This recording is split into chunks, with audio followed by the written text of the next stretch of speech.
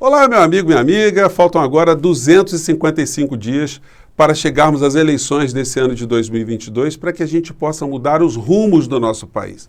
Quando eu falo em rumos no plural, é porque nós temos o rumo da economia, o rumo da política e agora rumos que a gente não se ocupava normalmente em campanhas eleitorais. O rumo da ética, o rumo da moral pública e o rumo da nossa sanidade física e mental que foi atirada num abismo por essa gente toda que está no poder.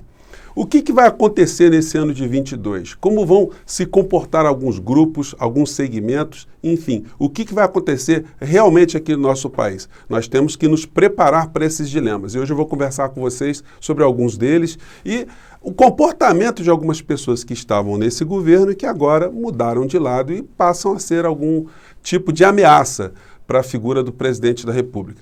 Mas antes de mais nada, se você está chegando agora, seja bem-vindo, se inscreva aqui no nosso portal, é muito fácil, é só dar o clique aí no símbolozinho que está no seu monitor.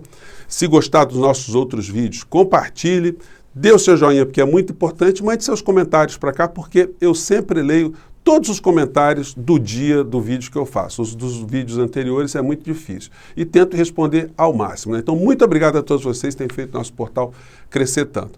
Vamos aos temas. Hoje temos temas no campo da política, da geopolítica e temos temas também no campo da economia. Vamos começar aqui pelo da economia. Vários jornais estão colocando esses indicadores aqui, ó, que denotam o que está acontecendo. Deixa eu ver se mostra aqui para vocês. Aqui, falando do endividamento das famílias, né?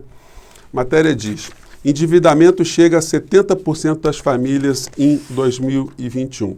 Ou seja, as famílias endividadas, isso faz com que os bancos ganhem muito dinheiro. Aqui outra matéria aqui também na mesma direção, falando a mesma coisa. Os indicadores vão colocando essas informações. E a gente vai ter uma pressão muito grande no nosso custo de vida. A gente tem previsões aí de aumento de energia elétrica, dos combustíveis que vão ficar muito mais caros, de todos os insumos, isso, enfim, vai fazer com que a gente tenha um custo de vida ainda mais apertado. A gente tem que ficar ligado nessas informações, porque isso faz com que a gente consiga se organizar melhor. A gente nos organize melhor para poder enfrentar essas situações todas. As pessoas que estão abraçadas ao governo Bolsonaro de uma forma absolutamente insana, elas acabam não percebendo isso assim de uma forma muito realística. Eles ficam o tempo todo sofrendo, mas conseguindo explicações que, de um certo modo, aplacam a sua vida real, a sua situação em que ela está sendo atirada. O que é uma grande incógnita, né, uma grande pergunta para muitas pessoas é como ainda a gente tem no Brasil 22%, 23% da sociedade que nas pesquisas declaram apoio ao presidente da República, a política que nós temos aqui no nosso país. Isso é fruto de pessoas informadas, as pessoas estão devidamente informadas do que está acontecendo, o comportamento do presidente em todos os campos, ou será que a gente tem omissão informacional aqui no nosso país e isso faz com que prospere por todos os cantos uma série de inverdades que fazem com que essas pessoas defendam a figura do presidente como se estivessem defendendo uma pessoa ética, uma pessoa correta, uma pessoa coerente, uma pessoa honesta. Então, essa é uma incógnita. E o que vai acontecer com essas pessoas? A corrosão econômica que nós iremos sofrer, será que fará com que essas pessoas mudem seus pontos de vista? E o pior, né? As pessoas que estão fora desse universo, será que elas podem ser ganhas para acreditar que a opção Bolsonaro será a melhor opção para o nosso país? Diante de que fatores nós estamos agora para essas eleições?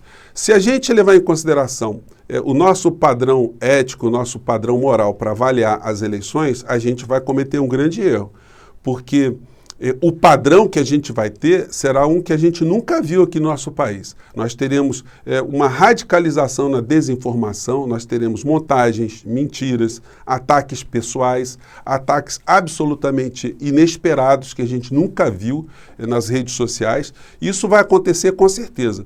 O que vai dar o tom do resultado desse tipo de situação que nós iremos enfrentar será como as instituições tratarão esse tipo de situação que a gente certamente vai ver. Vocês podem anotar porque é o que vai acontecer. Quando a gente vê o perfil dessas pessoas que estão ligadas ao bolsonarismo, realmente a gente não pode esperar boas coisas. Aqui no nosso portal recebi muitos comentários de vocês, muita gente se colocando aqui, apoiando, né, porque eu comentei aqui que vem muitos comentários desfavoráveis aqui, quando a gente faz críticas ao governo Bolsonaro.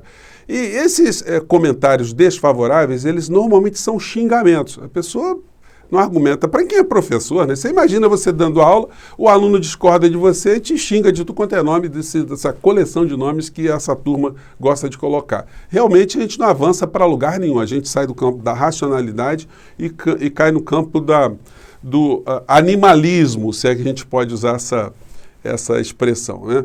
Então, nós estamos enfrentando esse tipo de situação. E, para piorar ainda mais o cenário, nós vamos ter esse tipo de situação aqui. Está no jornal Valor Econômico, né? Valor Econômico não, esse aqui é o Globo. Falando da alta do preço do petróleo. As agências internacionais que avaliam o que vai acontecer com o petróleo, por conta de várias crises, enfim, estão estimando que o barril vai chegar de 88 dólares para 100 dólares.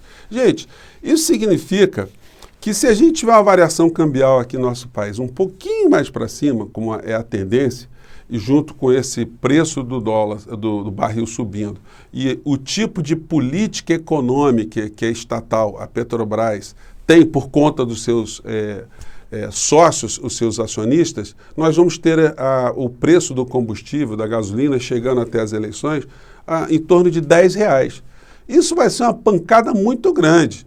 Como é que uma pessoa que passa por esse tipo de situação real, isso vai fazer um aumento em vários outros insumos, várias outras situações da nossa vida no cotidiano. A energia elétrica está previsto um aumento de 22%, o gás está previsto um aumento de 50%. Então, são várias situações que o governo tenta dar uma represada para que o cidadão não sinta isso em época eleitoral. Uma grande interrogação que também cai em muitas pessoas que analisam a realidade é o silêncio dos grandes telejornais, que são as maiores fontes de informação.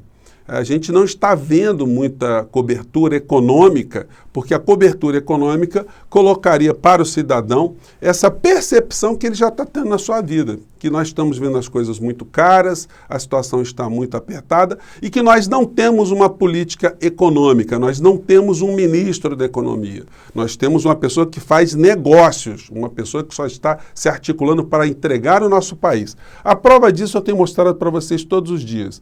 Se você olhar aqui a agenda do ministro Paulo Guedes, é muito fácil. Só você entrar lá no site do Ministério da Economia e dar uma pesquisada na agenda do ministro Guedes. Hoje, 18, terça-feira, a agenda dele, sem compromissos oficiais. Quarta-feira, sem compromissos oficiais. Quinta-feira, como será a quinta-feira do Paulo Guedes? Sem compromissos oficiais. E a sexta-feira? Sem compromissos oficiais. E ele está sem compromissos oficiais desde que ele retornou lá dos paraísos fiscais, onde ele vai cuidar do seu dinheirinho, né? Nós aqui estamos com a nossa vida assim. Mas o ministro está protegido. E na agenda política, a gente vê o presidente da República trabalhando muito pouco, né? Se é que a gente pode chamar a atividade dele como um trabalho. Já falei que ele sofre de ergofobia, o pânico de trabalho, de ambiente de trabalho. Então, no dia de hoje, ele começou o expediente às 9h30 e foi até às 11h30, 2 horas. Encontrou com o Bruno Bianco, advogado-geral da União, Ciro Nogueira, João Roma, ministro de Estado da Cidadania. 2 horas. Aí, 3h30 de almoço. O presidente gosta de tirar um sono, né? Como diz no interior, puxar uma paia depois do almoço, né? Então ele fica ali, deve ficar na internet também, que é um esporte predileto dele, né? E aí voltou às 15 horas e foi até às 16. Então, 1 hora de atividades à tarde e 2 horas de atividade pela manhã e um almoço de 3h30 e depois só cercadinho, só rede social, só futrica, enfim. Encontrou com o Ciro Nogueira. Ciro Nogueira é uma pessoa que estava cheio de amor para dar quando o ex-presidente Lula estava no poder, né? Está aqui o seu jatinho do Ciro Nogueira ao fundo, né? Porque é o seu avião, né? Não sei se é um jato ou tubarão. E aqui, né? É um homem fiel pra caramba a Lula, a sua aliança com o PT, e agora essa figura que nós estamos vendo aqui. Um irmão siamês do presidente da República, todo feliz. Esse é o padrão moral. E se a gente tiver uma mudança de governo, Ciro Nogueira vai ser o primeiro ali da fila ali para cumprimentar e para dizer que mudou de lado, estava equivocado, errou, né? Eles gostam de dizer que erraram. Nesse campo da política ainda, tem uma situação que eu já conversei com vocês, que foi essa live aí do Conserva Talk, o canal desse pessoal da ultradireita aí. E estava o Ernesto Araújo, o Malafaia, o Ricardo Salles, enfim, Paulo Figueiredo, o Weintraub, né? E me chamou a atenção, eu fui ver, né? Porque tinha 2 horas aí esse troço aí, eu coloco na reprodução mais acelerada e a gente vai pegando algumas situações. E me chamou a atenção a fala do Ernesto Araújo, gente, assim, ou é um ingênuo, ou realmente é um louco, ou é um burro, ou é um trouxa, né? De qualquer maneira, as opções aí não são nada favoráveis. Em dado momento ele disse o seguinte, que ele quando aderiu ao Bolsonaro, que ele achava que a nossa fé seria um instrumento de mudança. Ele via uma pulseirinha no braço do Bolsonaro, lá com versículo bíblico, né? E ele foi ver o que significava esse versículo bíblico, e era uma coisa que falava do cara se desprender dos seus valores pessoais para defender outros valores, se sacrificar. E aí no final o Ernesto Araújo diz assim, eu vejo que isso se perdeu. Porque você acreditou, né, tolinho? Você acreditou em Bolsonaro, você acreditou que o cara está usando uma pulseira com um versículo bíblico, que ele virou Jesus Cristo. E aí a frustração é essa que você está vendo. E a consequência dos frustrados, que a gente pode ver, é essa aqui, ó, que já está no jornal aqui de hoje também, no Caderno da Política. O Bolsonaro está dando um pezinho no popozão do Weintraub. Bolsonaro decide não reconduzir Weintraub a cargo no Banco Mundial, onde ele estava ganhando a bagatela de mais de 120 mil reais por mês. Então, ele vai ficar sem colocar essa grana no bolso, é outro que está frustrado também, né? Falei para vocês que esse encontro ontem, dessa turma aí, parecia um encontro de uma ala manicomial gospel. E o cenário, no campo da economia, nos cadernos ainda especializados, estão apontando essas situações aqui, como eu disse para vocês. O cenário para a economia continua a se deteriorar.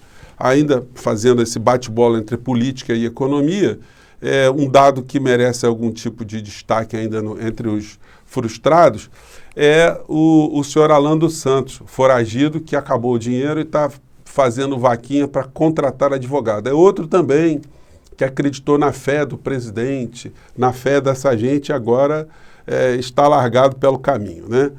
Bom, e aí, partindo agora para os assuntos políticos ainda, e depois indo para a geopolítica, merece destaque aqui o que está acontecendo lá no Podemos. O ex-ministro Sérgio Moro, nessa matéria aqui, ele está sofrendo um certo desgaste lá no Podemos e está sendo meio que convidado a sair do Podemos para ir para uma aliança do União Brasil, de deputados do DEM e do PSL. Como é que o ministro vai se dar num partido que está cheio de gente que ele condenou e que ele viu, que pegou a bufunfa, pegou dinheiro? Isso é que vai ser um conflito complicado para ele lidar, né? A campanha dele já não anda muito popular, não anda com muita adesão, e com esse tipo de contradição aí, talvez ele até desista de disputar essas eleições para a presidência, né? Embora muitas pessoas acreditem que não. E para fechar o nosso papo de hoje, a questão geopolítica que eu vou retomar aqui com vocês mais uma vez em breve. Aqui tem um editorial do Jornal Globo que tem esse título aqui. Se a Ucrânia for invadida, caberá ao Ocidente a defesa da democracia. Tão de sacanagem com a gente? Então quer dizer que a questão ali é de defesa da democracia? Esses caras pensam que todo leitor de jornal é imbecil. E o que acontece aqui é o seguinte, de fato, tem muita gente que não tem um filtro para ver essas notícias aqui. Normalmente o Jornal Globo, ele reproduz muito do que a Embaixada dos Estados Unidos da América escreve, do que eles recomendam. Reproduzem textos que vêm de fora para cá, alinhados, né, totalmente, como sempre foram, a um modelo ideológico, ao modelo econômico, eles são ativistas no campo da economia, no campo da geopolítica em países como o nosso, são representantes desse tipo de pensamento aqui no nosso país. Então eles colocam essa falsidade aqui, que o problema na Ucrânia é uma defesa da democracia. Eu já conversei com vocês, a questão é estratégica. O presidente da Rússia, o Putin, ele simplesmente não quer que se estacione na sua fronteira todo o equipamento, todo o arsenal bélico da OTAN. Se isso não for revertido, ele vai tomar as providências para defender a sua soberania, o seu território. Ele está com as suas tropas estacionadas dentro do seu país. Se acontecer algum movimento que ameace a soberania do seu país, ele vai reagir. É o que qualquer nação legitimamente faria se tivesse algum tipo de ameaça, como eu já coloquei aqui para vocês. Então não tem nada de democracia, o assunto aí está ligado muito mais à geopolítica, geoestratégica, econômica, e não é uma questão de defender direitos. Vocês acham que os Estados Unidos, quando invadiram o Iraque, estavam preocupados com direitos humanos, quando destruíram a Líbia, estavam preocupados com direitos humanos, quando eles querem invadir a Venezuela, eles estão preocupados com direitos humanos? Se eles querem fazer alguma coisa, ocupem o Haiti. O Haiti está precisando de muito apoio, direitos humanos, infraestrutura. Onde está o capitalismo no Haiti? Vão lá dar uma força para o povo haitiano, para não haver tanta gente fugindo de balsa, fugindo de todas as formas daquele país, não é? Então, gente, existe muita hipocrisia. E, infelizmente, aqui no nosso país, nós recebemos pílulas dessa hipocrisia todos os dias. E, enquanto agentes da ideologia, ativistas econômicos, eles estão muito tímidos, escondendo o que está acontecendo aqui no nosso país. Mas nós vamos ficar alertando as pessoas para que as pessoas entendam em que rumos o Brasil está sendo jogado até o momento, para que a gente possa escolher um outro tipo de rumo aqui para o nosso país. E o nosso portal vai fazer muito debate sobre essas questões. Gente, um grande abraço e até o nosso próximo encontro, tá bom? Tchau!